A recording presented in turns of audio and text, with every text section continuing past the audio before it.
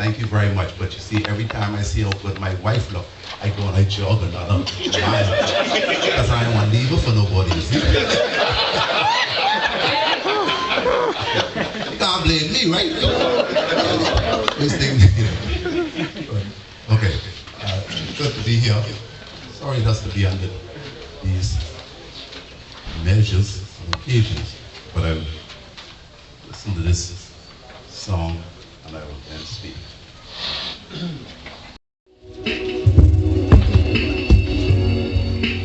Back when I was a child, before life removed all the innocence, my father would lift me high and dance with my mama and me, and then spin me around till I fell asleep.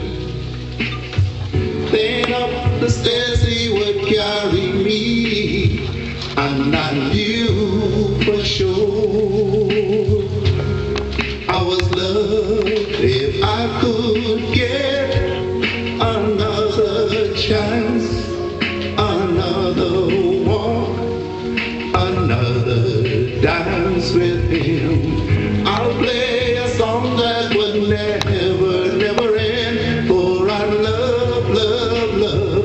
I'd love to dance with my father again.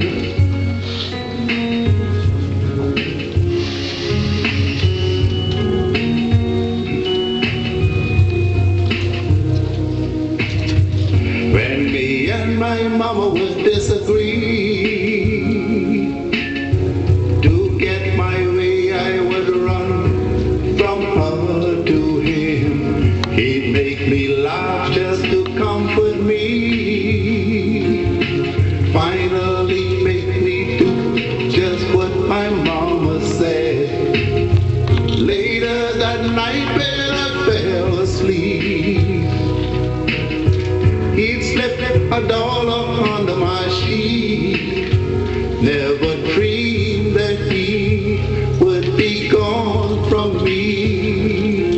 If I could steal just one more glance, just one more step, just one more dance with him, I'll play a song that would never, never end, for I love, love, love. I love to dance with my father again.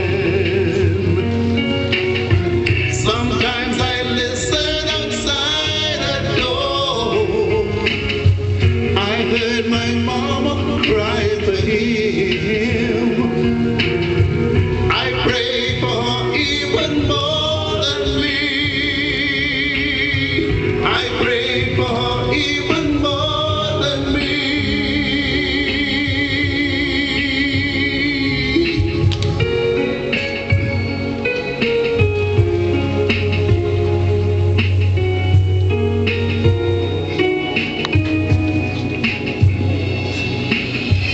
I know I am praying for much too much, but won't you bring back the only man she ever loved? I know you don't do it usually, but dear Lord, she's dying to dance with my father again. Every night I fall asleep, this is all I ever need.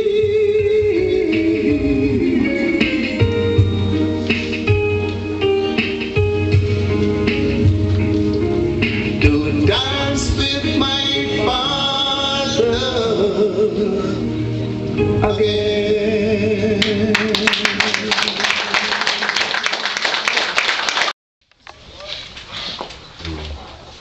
You, madam, children, other relatives, indeed to the Water and Sewage Corporation family. In many ways, those of you who work very closely with him have become attached to him in a way that sometimes your brothers, your sisters, and others not quite as attached. The reality is, when you work with somebody, you spend more awake hours in a given day. That's assuming you're awake. You spend more awake hours with that person than their spouses, significant others, not to mention the other relatives. I'm saying all that to say your loss is very real, especially those of you who were closely with him and who over the years have come to know and to love him. The words of that song really is a prayer by a little boy who has fond memories of his father. And so the question I'm asking right now is, how would you like to be remembered? I was coming here and a young student from H.O. Nash, I gave her a ride. I guess she saw how I was dressed, so she thought it was safe enough. I introduced myself. And when she came in, I said, "You came and accept my ride?" She said, "Yeah." I said, "Oh, because I was dressed like this?" She said, "Yes." I said, "Well, don't you do this ordinarily?" It's fine, but it's a pity that we live in a world where we have to tell that to our young girls. I also asked her who H.O. Nash was. She goes to the school. She doesn't know. I said, "They didn't teach you that?" She said, "No." She said she lives with her parents, and I let her off. But when she came in, I said, "How are you?" She said, "Good." Normally, you ought to say, but I didn't want to go into all the lecture. No, ordinarily you say, "Fine, thank you, and you?" And then I said, dropping her off, I said, "Okay, God bless you, take good care." She said, "Okay, bye, gone." Many of our children lack the social graces, the very, very important things that would distinguish them from others. That is why the influence of the parents is so very important. If we don't teach them, somebody else will, or they will never be taught it. Neither one of those two options are acceptable. A little girl, one time I had my son up on my shoulder, I jumped him so he could see. He said, "Dad, what do little boys do when they don't have their dad?" Wow. I have an adopted granddaughter. She told her mother one day, both of her parents are there. She said, "Little Mary in my class doesn't have a dad." You know, she asked her mommy, say, "Well, who takes her up at night after she falls asleep on the settle?" We owe it to our children to do something better than what many of us are doing right now. That's the point I am making. This is madness, how we are just, having children without being able to properly socialize them. Are we surprised that our society is in the mess it is in now? If the foundation is not laid properly, whatever you put on that will never perform properly. Right?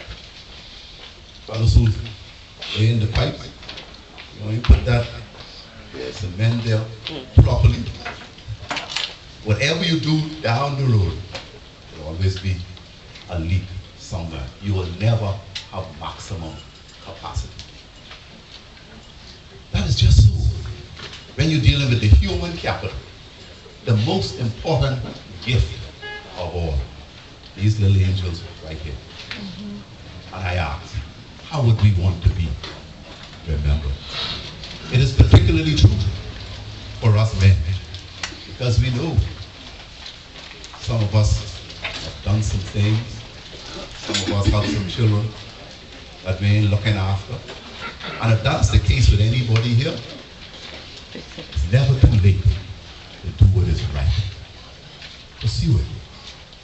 You might have to ask forgiveness, whether they forgive you or not, because sometimes those hurts are so deep. It's very hard for a child to look into your eyes and say, Dad, I forgive you, knowing that that might be the first time you spoke to him in however many months or years.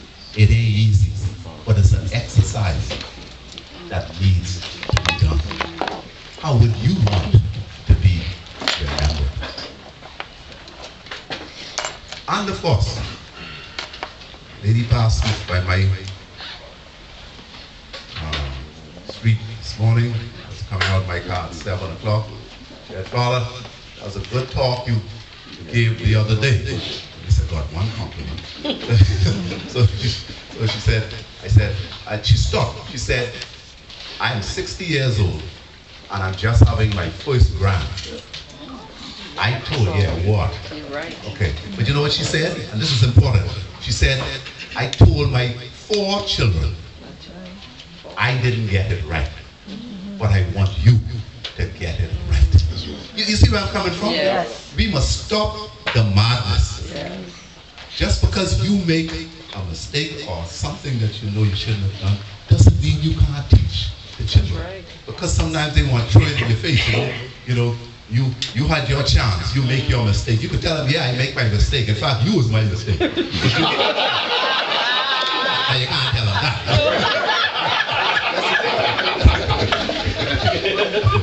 Right? But you see where I'm coming from? Yeah. Let them know. Say, look here, you know what it's like not to have had your dad there.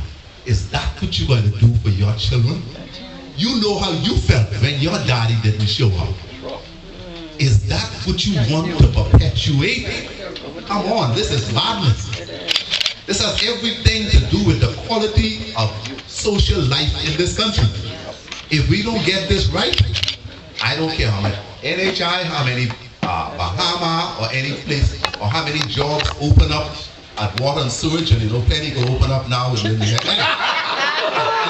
I was saying before, I was rudely interrupted. No, I'm saying, if we do not properly socialize people to accept the opportunity, to be able to grasp the opportunities that are available, our country will continue to lag behind. Just yesterday, I had up at my office, Bishop had a few of us there, the equivalent of his cabinet, and then people from National Development Plan came in. And they put up there the corruption level in the country compared to Latin America and some other countries. We were 13 points.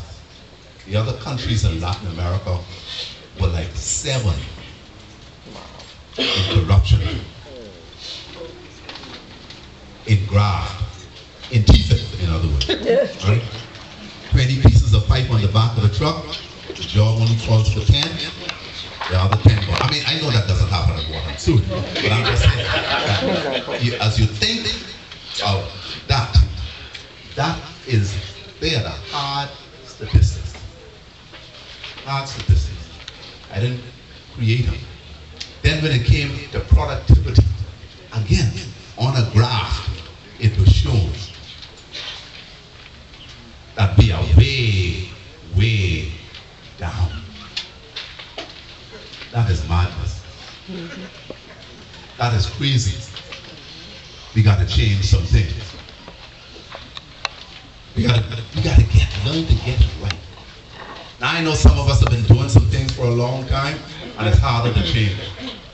And of course, unfortunately, some new people come in, and they just take not the best of what we have to offer. But you ever notice how it's easy for people just to adopt the worst habits rather than the best?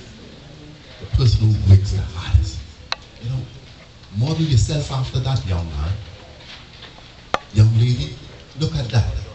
That person is not only a woman, but she's a lady. That man is not only a man, but he is a gentleman.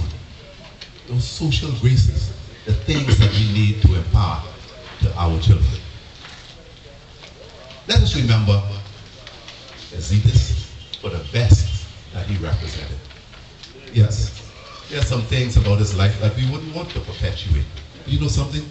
Even in that, you can learn. Even if you say, he made that mistake, he paid a price. And the truth is, whenever we make mistakes, the people who are nearest and dearest to us pay for that as well. Okay? So there's no fault that is done in isolation of what else.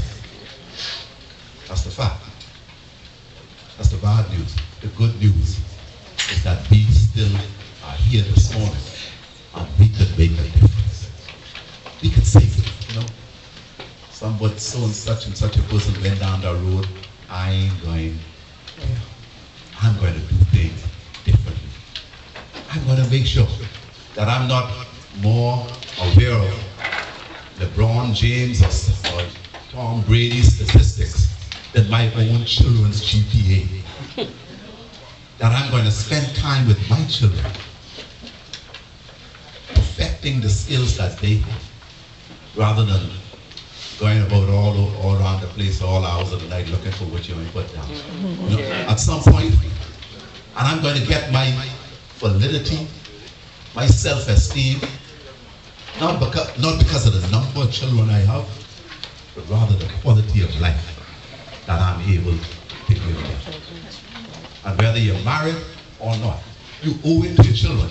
When people get in this debate about women reproductive health, and it doesn't happen by themselves. It takes two to tango. Some of these women so stupid, they let these man with your girl, 3 children over there, and you ain't looking after them. Why are you so foolish to believe the man to look after them? Anyway, it's another issue. So, women need to protect themselves. See? Women need to protect themselves. So you need to be able to just know that you might have a right to have as many children as you wish. That's your right. But what about the right of the unborn child to a quality of life that would allow them to be good citizens, that would allow them to be properly socialized? What about the rights of those that you already have?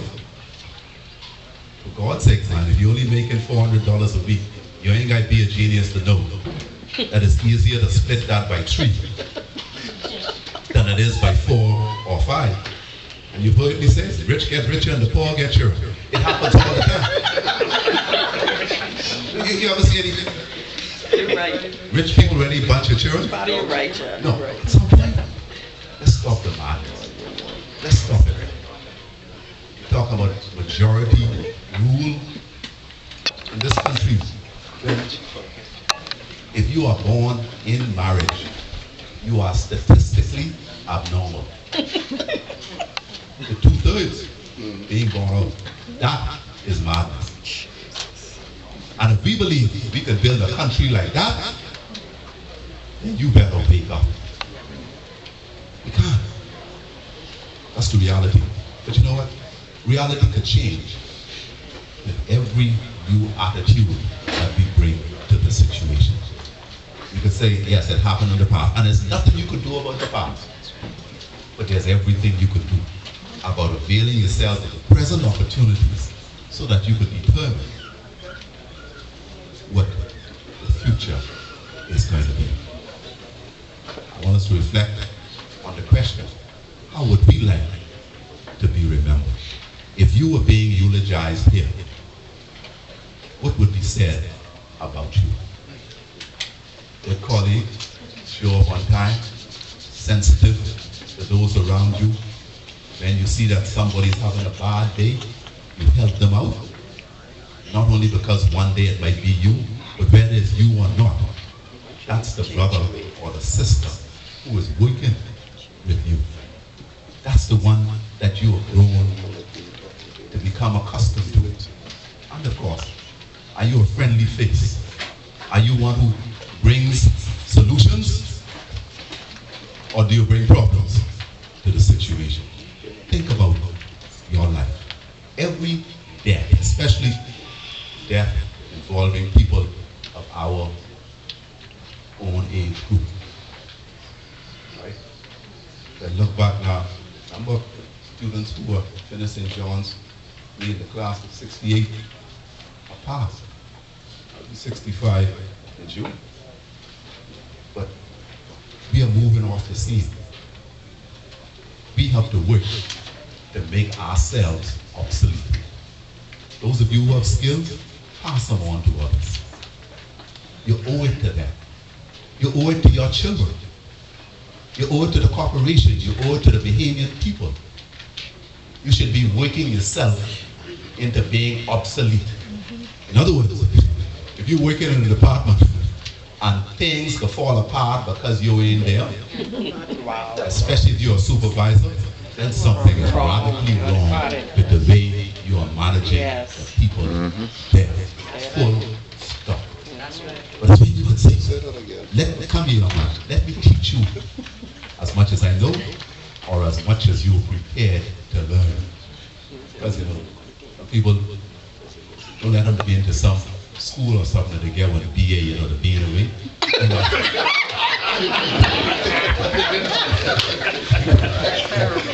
They believe they know everything, and because all you get behind your name is a full stop, they believe you ain't never said. Tell them again, Father. But it takes two. It takes a combination of people who are exposed to tertiary education and those who know where all the pipes are, how they get there, how long they've been there, and what it takes to keep them in a proper state of maintenance. Teach the youngsters as much as you know, or as they are prepared to learn. If you're not doing that, you're not being fair to yourself.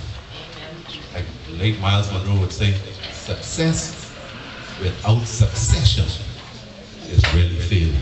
If you can't say there's somebody who take over my job and this department would not miss a step, then something is radically wrong. If it ain't happening, I urge you to make it happen. Make it happen. In other words, we're supposed to be duplicating ourselves. The best of it now.